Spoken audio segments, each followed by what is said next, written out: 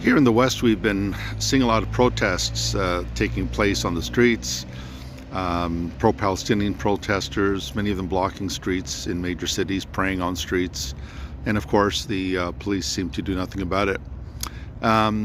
The other issue that I wanted to mention is that there is a level of hypocrisy when we consider the fact that in Nigeria, 125,000 Nigerian Christians have been slaughtered by the Islamic group Boko Haram. Where are all the protests for the genocide against Nigerian Christians? Do you see any protests on the streets? Do you see any Nigerian flags being flown? Do you see the United Nations talking about this or condemning this? Do we see presidents, prime ministers mentioning this? No.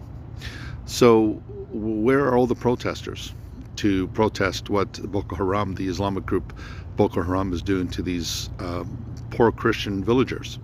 Where are they? Nowhere to be seen. The Western media doesn't address it. No one is addressing this other than probably some private independent institutions.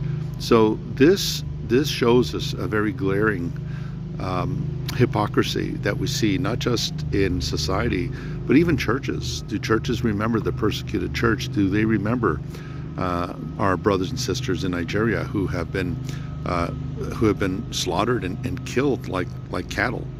And so this is the great hypocrisy in the West. This is the great inconsistency that we see in the West, and it just shows that those who decide to favor one group over another, they are showing that they don't regard all lives as equal. They don't believe all lives matter.